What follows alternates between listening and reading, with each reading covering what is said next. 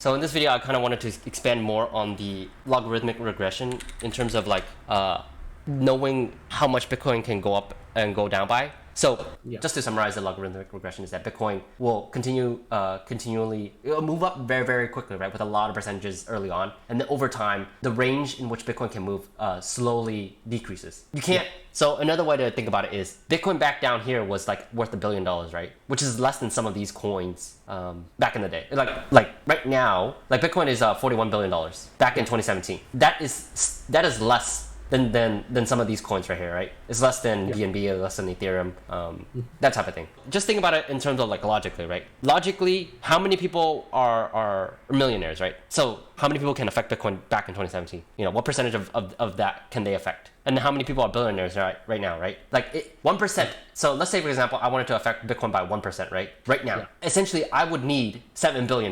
Do you know what I'm trying to say? But back then, all I needed was $400 million, which is several order of magnitude less, right? Yeah. So realistically, Bitcoin has to gain less every successive year. It's not the same. You know, Bitcoin, when it was $1, how many people have $1? Yeah. Right. How many people can affect the Bitcoin by then, right? Like back in 2011, a lot of people can affect it. So that's why you see huge growth spurt. So people who think that, oh, this cycle has to match the previous cycle in terms of percentage gains, impossible. That cannot happen. That just cannot happen. And then people who in 2027, right? Like just think about the year 2027, 5 years from now, right? Thinking that they can get the same 10x from Bitcoin.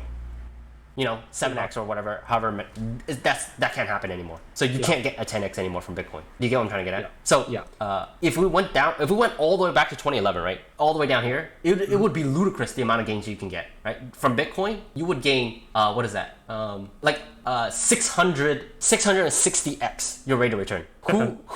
That was the first initial, right? 600 times your rate of return. So if you had $1,000, right, you would walk away with $500,000. If you had put in 10,000, you'd be worth $6 million in the span of less than a year. Yeah. Right. Yeah. So then from 2011 up to 2014. So in order to even make the same amount of gain this time around, it had to take 2 years, and you made less.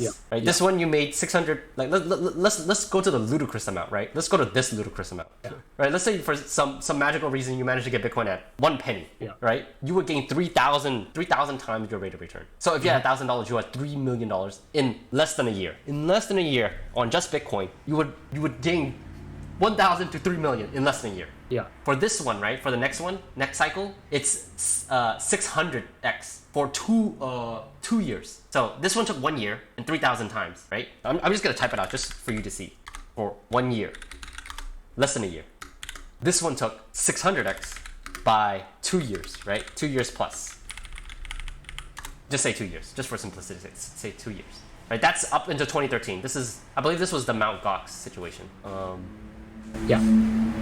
And then from here to 2017, right, where I was here in like 2015. That was my first purchase of Bitcoin. This one did 100x, right? 100x in a span of 3 years. Yeah. So you can even see that. I mean, like you can see the progression, right? Like, do you realistically think that that's going to be the same, right? That's just not going to happen. So 20x, right? Let's see how long this one took. Just for I don't even think we're done running, but let's just, because this is 1,000 days, right? So we're just going to even measure it on the same time frame. 20x over the span of 3 years. So 20x times 3 years. So you get the general progression, right? Yeah. Like if someone told you that Bitcoin's going to do 600x, you just be laughing because it's just not possible. So you can imagine, you know, back in, you know, later on in like 2025, right? It could be as bad as, you know, 5x over the course of 5 years. Do you get what I'm trying to get at? Yeah. So each cycle has to be longer and longer with less and less gains. That's just the nature of you know, you really can't put in, like, who in the world has $1 trillion lying around? Now you're only talking about governments playing their money, right? So I mean, that's just the nature of fixed assets. It's just that's the general progression. So that's just what I wanted to show. I wanted to show that something like Bitcoin will never ever be able to get the same amount of gains as it did in the past. So relying on previous data like that for those type of gains, that's not how you're supposed to do it. You know what I mean? Yeah. And each cycle is going to be different. And relying on previous cycle to make the determination of Bitcoin prices, you're going to run into a lot of issues. So that's what I wanted to show for this particular video.